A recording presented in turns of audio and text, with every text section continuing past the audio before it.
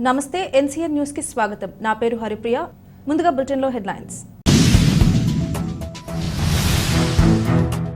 కూటమి అభ్యర్థులకే మా మద్దతు, దళిత వర్గాల ఫెడరేషన్ అధ్యక్షులు చెట్టే రాజు. తూర్పుగోదావరి జిల్లా నిడదవోలు జనసేన పార్టీ కార్యాలయం నందు ఈరోజు దళిత వర్గాల ఫెడరేషన్ ఆధ్వర్యంలో మీడియా సమావేశం నిర్వహించారు.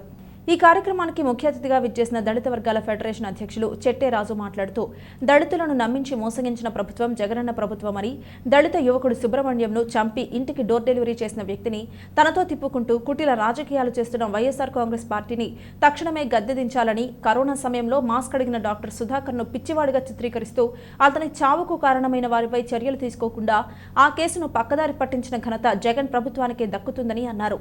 రోజురోజుకు పెరిగిపోతున్న దళితులపై దాడి, దళిత యువతులపై అత్యాచారాలు దళితులపై ఈ ప్రభుత్వానికి ఉన్న చిత్తశుద్ధిని తెలియజేస్తుందని అన్నారు.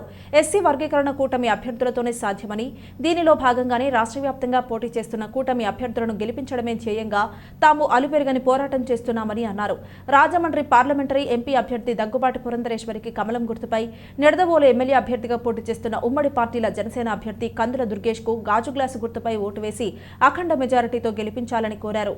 ఈ కార్యక్రమంలో జిల్లా అధ్యక్షులు కోడి సుజ్ఞాన్ కుమార్, ఏపీ ఎంఆర్పీఎస్ రాష్ట్ర కార్యదర్శి చెట్టే సృజనారావు, రెల్లి నాయకులు బొత్స నాగేంద్ర, బైపే ప్రసాద్, గాలింకి పవన్, గాలింకి రావు, చెట్టే బాలు మరియు ఎంఆర్పీఎస్ ముఖ్య నాయకులు పాల్గొన్నారు.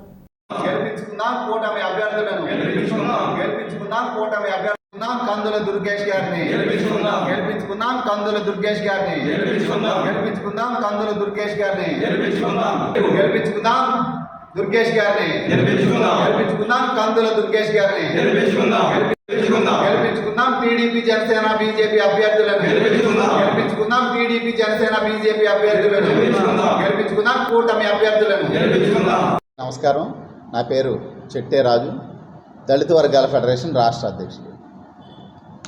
రేపు జరగనున్న సార్వత్రిక ఎన్నికల్లో టీడీపీ జనసేన బీజేపీ కూటమికే ఎంఆర్పీఎస్ మరియు దళిత వర్గాల ఫెడరేషన్ సంఘాల మద్దతు. జరగనున్న సార్వత్రిక ఎన్నికల్లో యావత్తు దళిత సమాజం అంతా ఏకమై దళితుల 27 పథకాల్ని రద్దు చేసి దళితుల అభివృద్ధిని 20 ఏళ్ల పాటు వెనక్కి తీసుకెళ్లినటువంటి జగన్మోహన్ రెడ్డి ప్రభుత్వాన్ని గద్దెదించి ఇంటికి పంపాలని ఈ సందర్భంగా పిలుపునిస్తాము. మాలా మాదిగ రెల్లి కులాల మద్దతు కూటమికే ఎందుకని, జగన్మోహన్ రెడ్డిని ఎందుకు ఓడించాలని మేము నిర్ణయం ఎందుకు తీసుకోవాల్సి వచ్చిందో ఈ సందర్భంగా మీడియా మిత్రుల ద్వారా తెలియజేస్తాం. ఆయన అధికారంలో చేపట్టడానికి నా ఎస్సీలు, నా ఎస్టీలు, నా బీసీలని మాట్లాడి లక్షలాది మంది ఓట్లతో అధికారంలోకి వచ్చినటువంటి జగన్మోహన్ రెడ్డి గారు అధికారం చేపట్టిన నాటి నుండి ఈనాటి వరకు కూడా రాష్ట్రంలో దళిత బిడ్డలకి హత్యలు, అత్యాచారాలు, అనేక దాడులు, అవమానాలే మిగిలాయి. ఎక్కడైనా దాడి జరిగితే బాధితుల పక్షాన్ని నిలబడతారు. కానీ వైసీపీ ప్రభుత్వం అధికారంలోకి వచ్చిన తర్వాత జగన్మోహన్ రెడ్డి గారు బాధితుల్ని కనీస పరామర్శ లేదు, కానీ నేరస్తులకు మాత్రం కొమ్ము కాస్తూ ఉన్నాడు.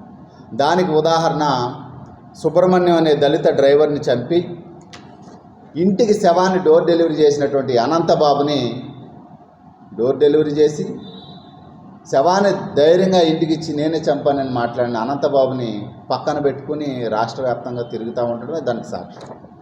అది కాకుండా ఒక దళిత డాక్టర్ సుధాకర్ గారు మాస్క్ అడిగితే ఆయన్ని పిచ్చోడని ముద్రేసి నడి రోడ్డు మీద 2 చేతులు 2 కాళ్ళు వెనక్కి విరగదీసి పోలీసులతో అతను పిచ్చోడని ముద్రేయించి చనిపోయే వరకు కూడా అతను వెంటాడింది ఈ జగన్మోహన్ రెడ్డి ప్రభుత్వం. అదే కాదు, తెలంగాణలో ప్రియాంక రెడ్డి అనే ఓ మహిళ మరి గ్యాంగ్ రేపుకు గురి కాబడితే వాళ్ళని దోషుల్ని ఎన్కౌంటర్ చేయమని అసెంబ్లీ సాక్షిగా మాట్లాడాడు.